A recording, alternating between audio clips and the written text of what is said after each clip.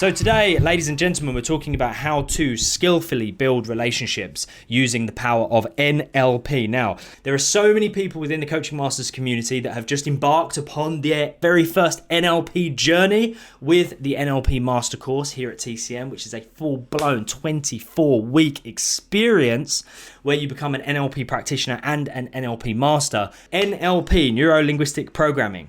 Neurology, linguistics, and programming. Neurology is about the connection between your mind and your body, okay? That neurological connection between your mind and your body, the relationship between them and how they affect each other, because your thoughts affect your physiology and your physiology affects your thoughts. It is an absolute fact of life that we all live with, and if you understand the intricate details of how NLP works, then you understand how you can influence your body over your mind and your mind over your body, and that is only the N in NLP. That is how life-changing that structure, that system, that modality is. I hate that word modality, but you know, it really does explain what it is. It's a modality, it's a form of coaching, it's a style of coaching. And that's only the N in NLP. Then we move on to the linguistics, right? The language. The linguistics in NLP is very much about the relationship between our language and how it affects us mentally and emotionally, because language does have a deep effect on us mentally and emotionally and physically as well. Let's not forget about that. You know, words do not just describe our experience, they create our experience. I tell this story, right? Get people to imagine biting into a sour lemon and people have a physical reaction. They salivate, right? And that's only one example. So what does that tell us? That tells us that sticks and stones may break my bones, but words will never hurt me is the biggest load of bullshit anyone's ever said. Because words will fucking cut you. They will hurt you. They will damage you, right? If it's the wrong words. And in the same aspect, they will lift you up. They will raise you up. They will make you feel confident. They will make you feel strong. They will make you feel empowered if we use the right words in the right way. Now that is the L in NLP. That is the linguistics. Language affects our life like you wouldn't believe. And then there is the programming, which is the habits, the series of events that we follow in order to generate a certain emotion, to get a certain reaction, to achieve a certain result. We are built on patterns. Patterns are everywhere. Patterns make up the universe in the form of mathematical patterns, but we ourselves as a human race, we build our life on patterns. Correct me if I'm wrong. Do you or do you not roughly, not perfectly, roughly get up at the same time every day? Yes, you do. Do you not roughly brush your teeth at the same time, in the same place? Do you not brush your teeth in the same way, bottom to top or top to bottom? Do you not roughly eat breakfast at the same place, eating roughly the same thing? You know, you get where I'm getting at with this, right? We have patterns. Now, the programming in neuro-linguistic programming is all about recognizing the patterns. How do we recognize the pattern? Now, the first question is, why would we want to recognize the pattern? Okay. The reason we'd want to recognize a pattern is because if we're running a pattern that is giving us a result that we don't want, we want to be able to change the pattern. If we're running a pattern that gives us a result that we do want, we want to be able to reinforce the pattern. Let me explain what I mean. We have patterns for everything.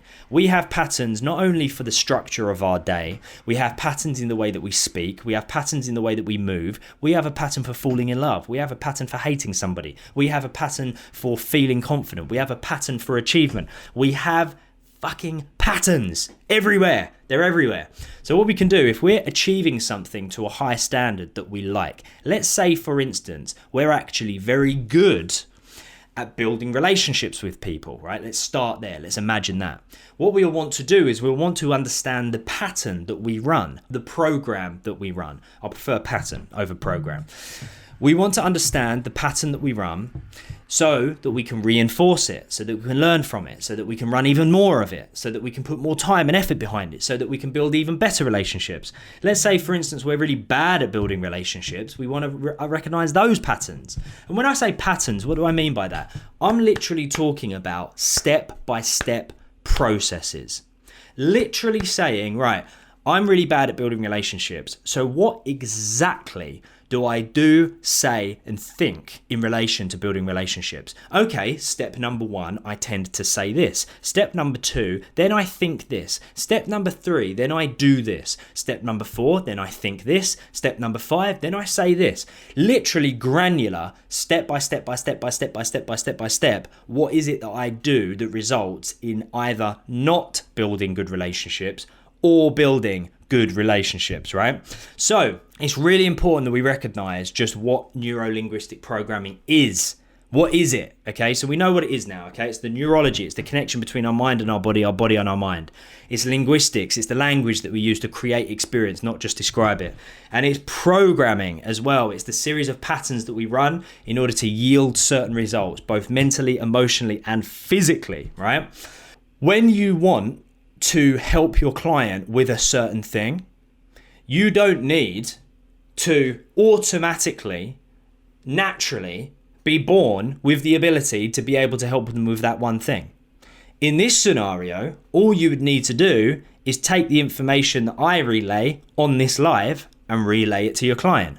One chapter ahead, right? It's the Frank Abagnale mindset. Now, Frank Abagnale, really interesting character, this Frank Abagnale. If you've ever seen the film Catch Me If You Can, that film is about him. There was a time in his life where he impersonated a university level sociology lecturer. And he successfully impersonated this sociology lecturer for 2 years, right? And he successfully taught a sociology class at university level for 2 years, and they got results, right? They passed their exams, they got results.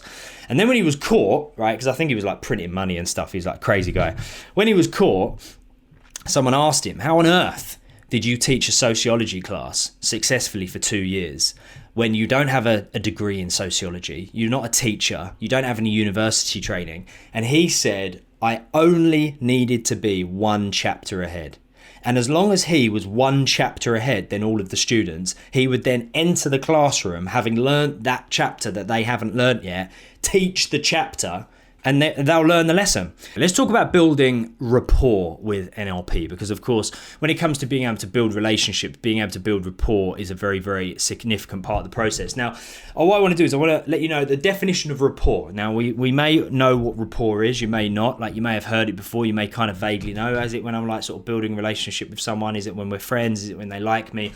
So the definition of rapport is a close and harmonious relationship in which the people or groups concerned understand each other's feelings and ideas and communicate well. So I'm just going to say that one more time, right?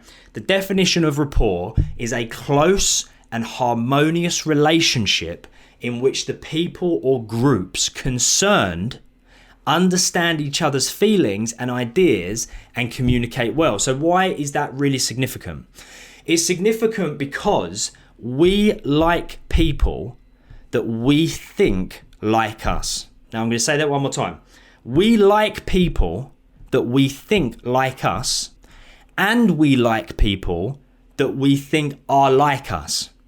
So people that we think like us and people that we think are like us, we're able to build solid relationships with those people. Now, there's only one really true way of being able to get to the point where people like us and or we think people are like us. And that is through understanding them. That's through genuinely listening to them, understanding their ideas, understanding their feelings, being able to openly communicate with them without shutting them down, without pushing your ideas upon them, without overpowering them with your thoughts, your feelings. You know, I've told this story a few times, but it really does stand out to me a lot. There's two men on an aeroplane. There's man number 1 and man number 2. Okay, they're both sitting next to each other. There's a long flight. Man number 1 is asking man number 2 all about his life. Tell me about your life. Tell me where you grew up. Tell me about your parents. Tell me what's the most exciting thing you've ever done. Tell me about the happiest day you've ever experienced. Tell me what you're scared of. Tell me this. Man number 2 is telling man number 1 all about his life, right? They get off the plane. They part ways. Man number 2 says that man number 1 is the most interesting person he's ever met, even though he knows nothing about man number 1. And the reason why he was the most interesting person he'd ever met was because man number one was asking questions about man number two's life, was genuinely interested, was genuinely listening, and was responding, not waiting for his turn to talk, but responding honestly and openly based on what it is he had heard. That is very fucking rare. Really rare. Because what most people do is most people will wait for their turn to speak. They will think, what am I going to say? How am I going to respond? They'll mostly say something that they think will elevate their status, elevate their authority, impress the other person. They will tell stories from their perspective, their emotions that were involved, what they saw, what they heard, thinking that that's the one and only way of being interesting. Now, being able to tell stories in a powerful way is interesting, and it is a good way of building rapport with people, right? That is a method. But the method that I'm really expressing a lot at the moment is the method of genuinely listening to another person and genuinely caring about them and their thoughts and their feelings. Because if we can genuinely listen to another person, it's a very good way of getting that person to like us and also understand whether or not they are like us. So it's a solid way of being able to build relationship. I mean, building rapport with people is just so key on so many different levels. Like, it indicates the quality of a relationship, depending on how much rapport you have with a person. It demonstrates mental trust, respect, understanding to the other person. Rapport allows us to be influential as well. It allows us to be influential. When I'm talking about being able to actually skillfully build relationships with people, there are so many different reasons as to why that is a powerful thing, right? And one of the main reasons is that we are able to become influential people if we can build skillful relationships. The most influential people, there are people out there in the big wide world that think they're influential because they throw their weight around and they tell people what to do. Now, out of fear, out of apprehension, out of not wanting to be on their fucking bad side, people may do what they're told in that instance. That's not influence. That's not real, true influence. That is more, what's even the word for that? Like, if you're going to get someone to do something or say something or try to think in a certain way or talk in a certain way out of just telling them to do it or forcing them to do it and running that by fear or what's that other word? Intimidation. It's not influence, it's not real influence. It's more intimidation, I guess is the word for it. We want to be influential, right? When you influence someone, you've motivated them, you've inspired them. They want to follow you. They want to do what you do, how you do it. I don't know if this is from a movie or I don't know what this is from, but like, can you remember? I can just imagine this is on a lot of 90s movies where there would be a character and people would say women want to be with him and men want to be like him. You know what I mean? I think it's like fucking maybe it's Superman or something like that. But anyway, you get my drift. It's the result of being influential. You know, we want people to want to follow us and be inspired by us and be motivated by us. And being able to genuinely build rapport with people is one of the ways of being influential. So if you've always liked the idea of being influential, look, Ngozi in the chat says dictatorship, Georgia says manipulation. Absolutely, these are spot on words. You know, if we want to be leaders, if we want to be influential, if we want people to follow us, we must understand how to build rapport. You know, and there are various different degrees of rapport. Right? Rapport can be built naturally, that you don't really need to consciously think about it. Rapport can be built via technique, you know, and following certain structures and certain processes. You know, there are ways of building a solid relationship with people. You know, when we build rapport naturally, we do it unconsciously, really. We very much do it unconsciously, and we do certain things. But even though that there are people in this world that are very skillful at building rapport with people naturally, that don't really need to think about it. At the same time, it's a good skill set to try to develop. Like, it's a good skill set to think about consciously. You know, and there are certain things that you do to build rapport with people, you know, and there's things like utilizing eye contact in an appropriate way. Something called matching and mirroring, which is what I'm going to talk to you about today as well, where you are able to match and mirror somebody's body movements and what they're doing with their breath and what they're doing with their language and their tone, you know, and being able to almost feel their same level of discomfort and comfort by matching and mirroring the way they're sitting, the way they're standing, the way they're moving, the way they're talking. Now, I'm going to go into that in more detail in a moment, but it's a very, very, very strong way of being able to instantly build a relationship with someone. But of course, it needs to be done in the right way as well, because you don't just want to be like mimicking someone. In fact, we'll jump into matching and mirroring right now, because it really is a very good way of being able to build rapport with people if you want a conscious way of being able to do it. It's a very powerful process, matching and mirroring, Now, just to give you an example of it, have you ever noticed that friends, when people become best friends and they tend to spend a lot of time together, and there's a very obvious chemistry that they've got, right? There's a very clear, obvious chemistry that they've got. You'll start to notice that they'll tend to move like each other, sound like each other, even think like each other. The whole idea of we finish each other's sentences, it's in many respects a kind of enhanced version of something that we call matching and mirroring, right? So like research shows that copying other people's body language, their mannerisms, repeating the words that they use, the way that they use those words, it builds trust. It builds trust between us and another person, because again, don't forget, one of the strongest premises of building rapport is understanding that someone is like us. We like people that we think are like us, and we like people that we think like us. Now, matching and mirroring is a very, very strong way of being able to quickly get on board with somebody and being like them. Once again, we're not moving into the realm of imitation, right? We're not copying the other person to a point where it's almost cartoon-like and obvious, and then the question is, why are you copying me? Because that would just be strange.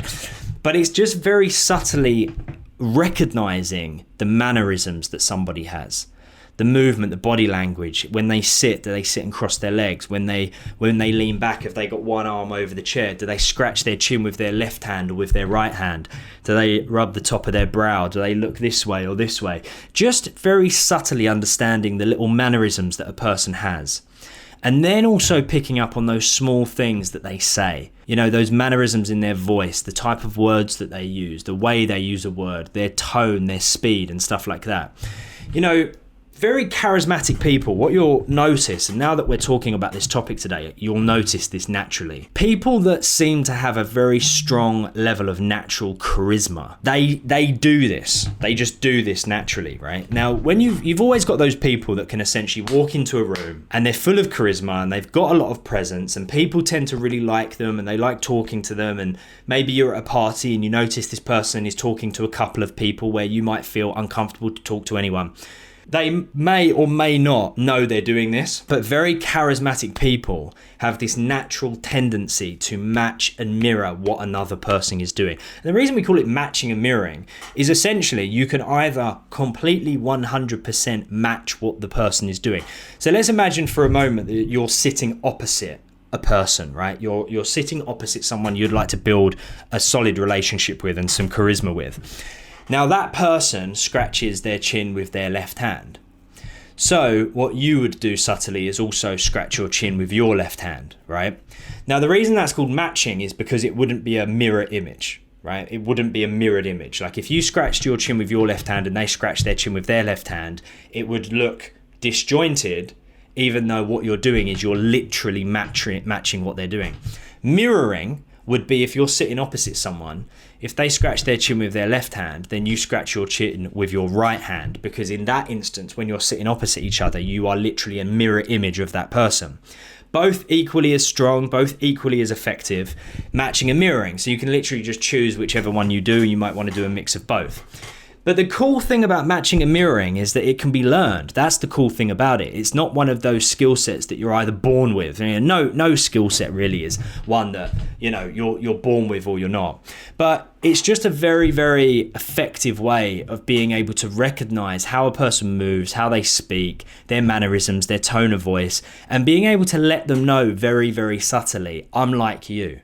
We're the same. We're not complete aliens to each other. We're not... we don't belong in two different places. We don't have a complete lack of charisma and connection and no rapport because there's nothing that we have in common. It's a very small, subtle thing, very small and subtle. But at the same time, it's really, really effective because it's just a small, very subconscious movement, a very small subconscious thing. You know, we're not saying so overtly and so obviously, we are the same. Me and you are exactly the same. We should become best friends. We have so much in common. But what you're doing is you're very covertly, very subtly showing someone on a subconscious level, we're not different. You know, we're not different. We are the same. And subconsciously, it's very comforting to receive that from another person. You know, even if we don't know, of course, that person is matching and mirroring us. You know, we'll sit down, fist on chin, look over to the right when describing something in a slow, thoughtful way. And very subtly, if it's done subtly, where the other person joins us on that and maybe matches and mirrors the way we speak first, thinking about something in a slow and thoughtful way, then going into the posture to be there with us. They're doing it with us. They're there. There's something subconscious about that we feel this person gets me. I don't know what it is. I don't know why, but I like that person. They seem to get me. Okay? Now, what do we match and mirror? This is the thing, right? Because I've mentioned a few things before. I mean, there are some external communication cues that you can match and mirror. You could match and mirror someone's body posture, their gestures, their facial expressions, you know, and again, we want to be subtle with it. You can match and mirror their language or vocal patterns, you know, their tone of voice. You can match and mirror that.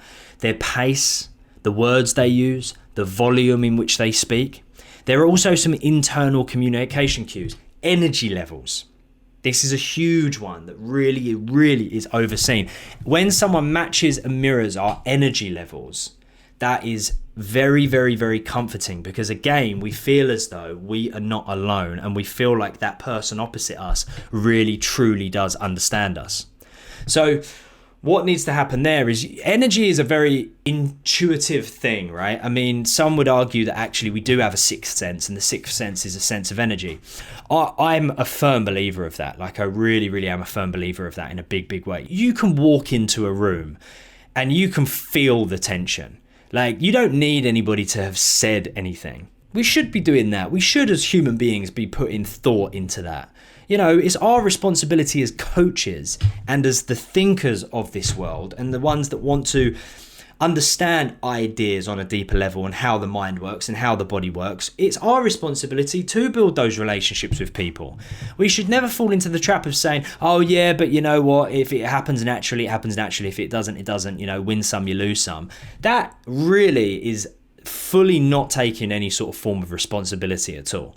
You know, we want to be the ones in the position where we say, actually, I'm going to take responsibility over this. That's someone who I'd like to build a relationship with. I'd like to like them and for them to like me. I'd like us to be friends. I'd like us to have common ground, as Shane puts it. So I'm going to make the effort. I'm going to make the effort to actually start to build a relationship with them and show them that we have common ground. And I'm going to start doing that by just subtly matching and mirroring them as I have a conversation so they know they're not alone. That's a good thing, right? It's a very good thing. It's an empowering thing. We should be doing that. But yeah, energy levels. Anyway, back to that.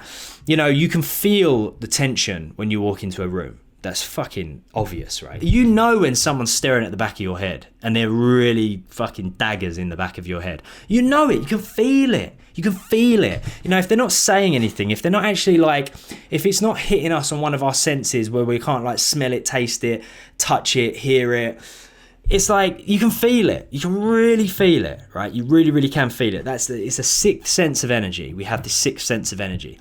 So anyway, when you're talking to someone, you can recognize, if you're consciously looking for it, you can recognize what level of energy they're on, right? Their energy is either like high, is quite excited. They're obviously passionate about what they're talking about. They're thinking really fast. You know, the opposite of that is an energy that is low.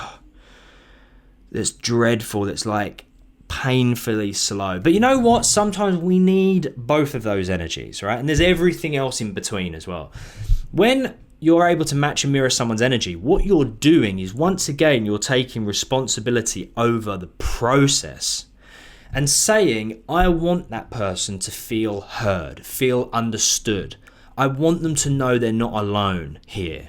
I want to build a connection with them. I want to build rapport. I want to build a friendship, a relationship. I'm going to make the effort to consciously recognize what level of energy they are on. right? What level of energy they're on, and I'm going to match that energy, right? I might not naturally be feeling it right now. That person might be on a higher energy, more excited energy, more passionate energy, and maybe actually I've had a bad day. Maybe my energy levels are pretty low. Maybe my energy is actually down here. Maybe my energy levels are within the realm of anxiety. Maybe the energy of feeling a little bit depressed. Now, depression, don't forget, is only being depressed, like you're being compressed. And again, when something is compressed, what we need to do is we need to fill it up, almost like a compressed tire. It needs to be filled up with air. And there are ways of doing that, of course.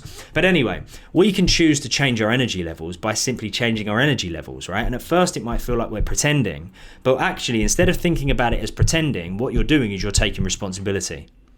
You're choosing to change your energy level. You're making a decision to change your energy level, and you have a reason.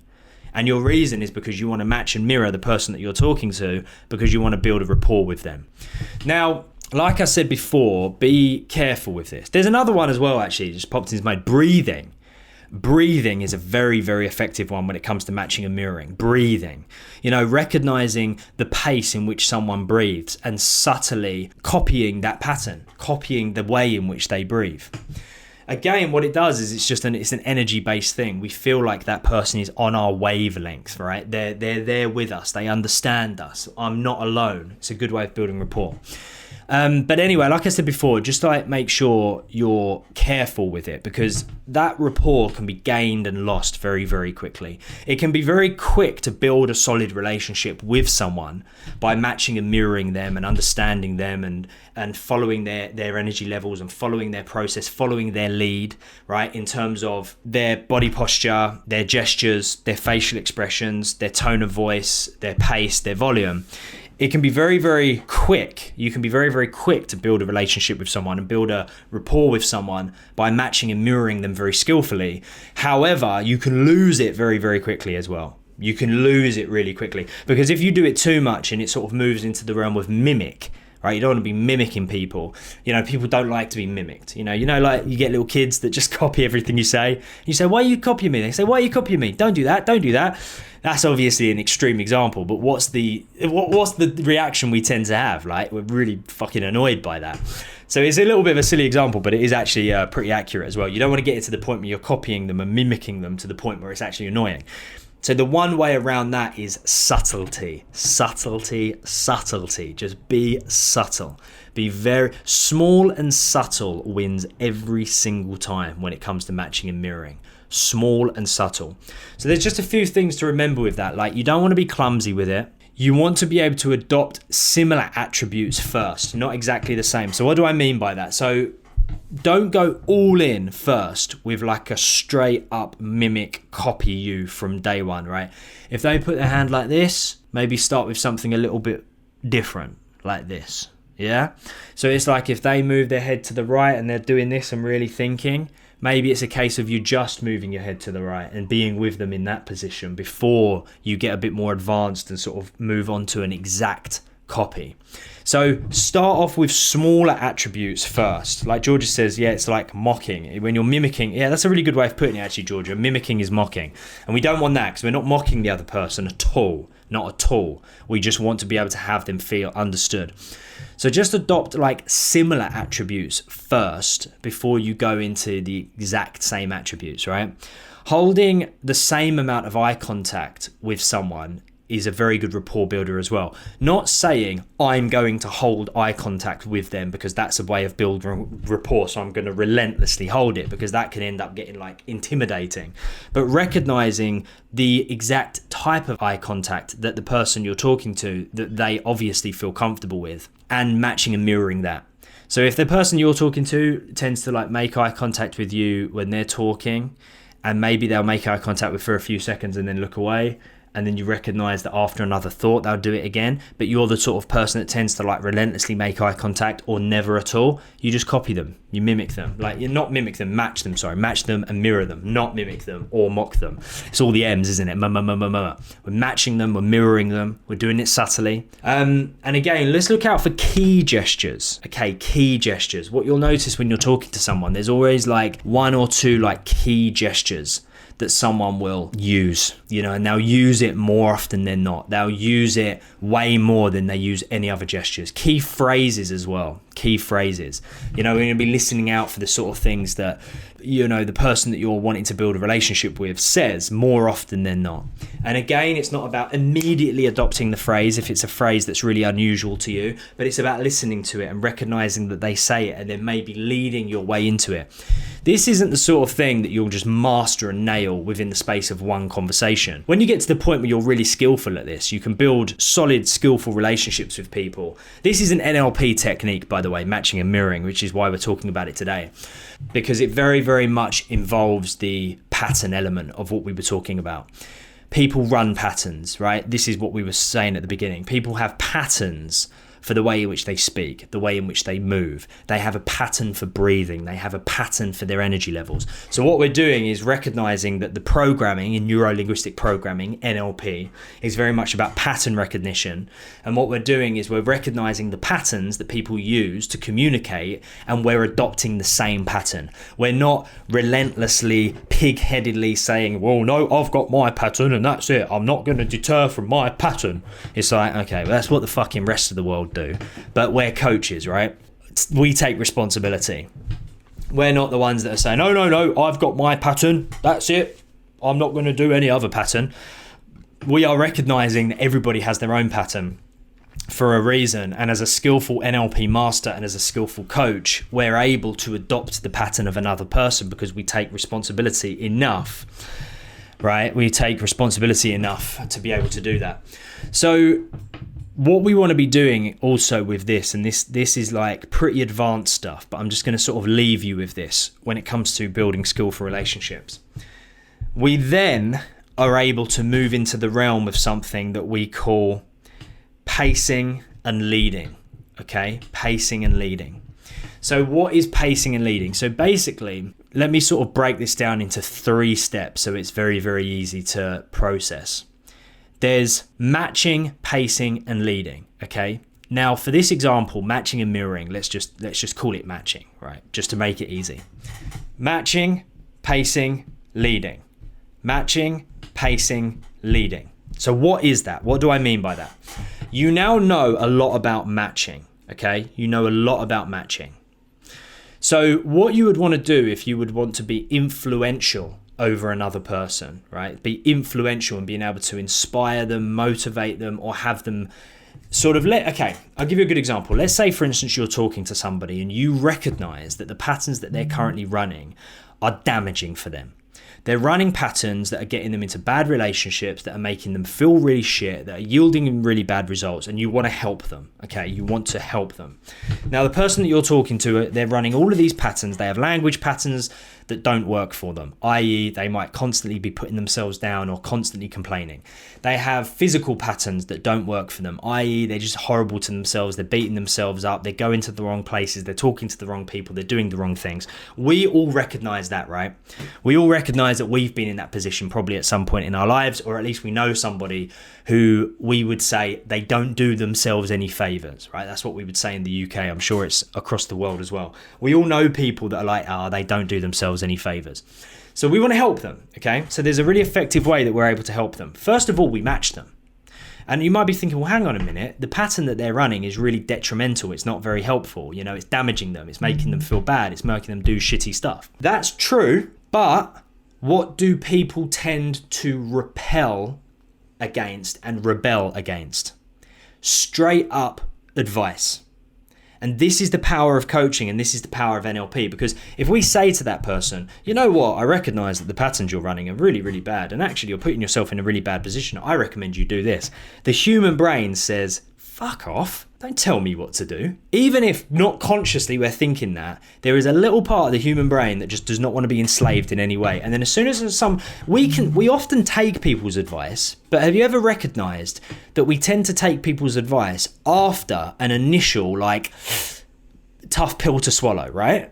Even if we're very good at taking advice and we do take people's advice, it tends to come after a little bit of a fuck off, don't tell me what to do. But then we think about it and we're like, actually that's pretty good advice, I'm going to go and implement that.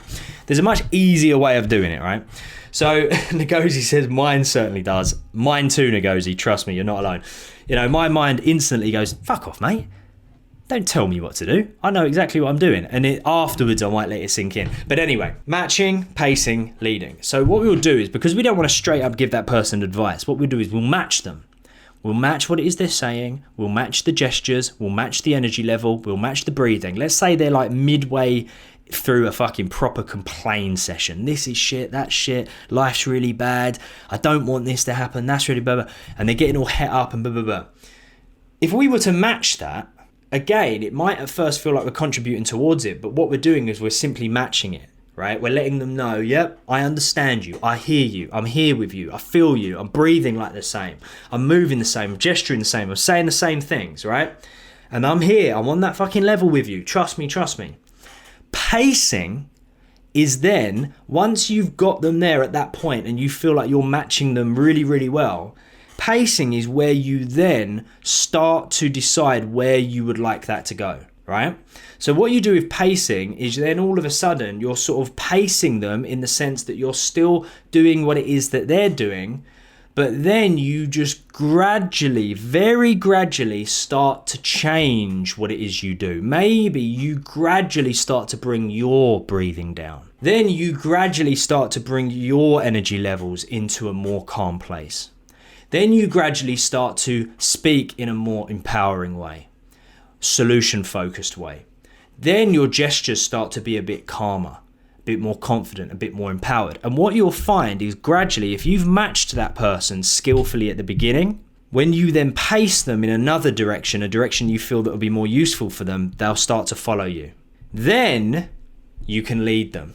And then what that means is then you will start to completely change the way that your gestures are, your tone of voice, your movement, and they will start to adopt that as well. So you've matched where they are initially, you've gradually started to move them away from it through pacing, and then you've actually started to lead them through leading. Matching, pacing, and leading. This is advanced stuff, right? Now, this is a power that each and every one of you have the ability to master. And I can guarantee the majority of people didn't even know about this, right? This is the sort of thing that we really, really uncover when we talk about NLP. A lot of people don't even know this is a thing. And the chances are this is something that has been, you've experienced this on some level in your life, but becoming consciously aware of it and making the decision that we're actually going to use this power to help people, that is real fucking coaching master stuff, like proper coaching master standard. When I'm able to actually match someone, when I know that what they're doing is really detrimental, they're beating themselves up, they're leading themselves down a fucking dark path, they're not doing themselves any favor, and this is a pattern they're running again and again and again and again, that person expects you to come along and give them advice and tell them to do something else, even though they know in the back of their mind they would never listen to that, and they'd think, fuck off, don't tell me what to do. When I come along and I start matching them and I'm there with them, there's a sense of unity, rapport. This person isn't just telling me what to do. They're not giving me advice. They fucking understand me. I don't know what it is about them, but they get me, right? And I like them. Then I start pacing them in a direction that I know is going to be more powerful for them, and they're willing to go there. And then I'm fully leading them in a completely different direction that I know is going to be very powerful for them, and they're following.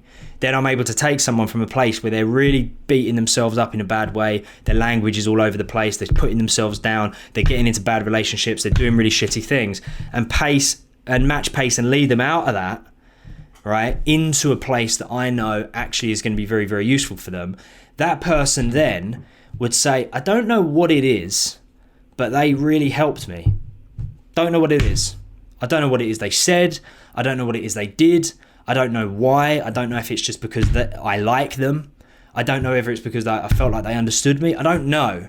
But after having had that conversation with them, or that series of conversations with them, I feel much better now. Way better. My head's clearer. I know what I need to do. Blah, blah, blah. That is the power of building skillful relationships using neuro-linguistic programming, and only one element of NLP as well, matching and mirroring, pacing and leading. Fucking powerful stuff. Really powerful stuff. It's something I do daily. I do this daily with everyone. If I feel like matching them would be good for me, if I feel like their energy is an energy that I want to be on, if they're doing things that I really admire, I love what their thought process is, I love the things they're saying, and I admire them, and I want to be like that, I'll jump on that. and I'll match that and I'll mirror that in order to feel good myself. Then all of those people that I recognize are not in a good place, that need that help, that need that difference of thought process and clarity and different energy levels, different breathing, different tone of voice, different gestures, different things they're saying. It's almost like I'll jump in it, match them, let them know they're not alone subconsciously, pace them in a better direction, lead them, and then afterwards they're like, God, I feel so much better. Don't know why, but I feel so much better. So anyway, guys, let's listen to this again as much as you can, because we covered a lot. For everybody watching this now, book your completely complimentary strategy session with the Coaching Masters team if you haven't done so already. The Coaching Masters team are there to help you strategize around how to become a successful coach, how to become a coach, how to grow your coaching business, how to build it up, how to scale it, how to move from where you are to where you want to be, how to bridge the gap. And they're there, and it's a completely free strategy call. So I'm going to put the link to the description in this live. I'm going to put the link in the description of the podcasts. I love you all. You're amazing. You're powerful. I'll see you in a couple of minutes over at TCM TV. Keep doing what you're doing. You are absolutely phenomenal coaches. You're phenomenal people. You're spending your time studying, learning, growing, achieving, and I really appreciate that about you. And I will see you in a few moments.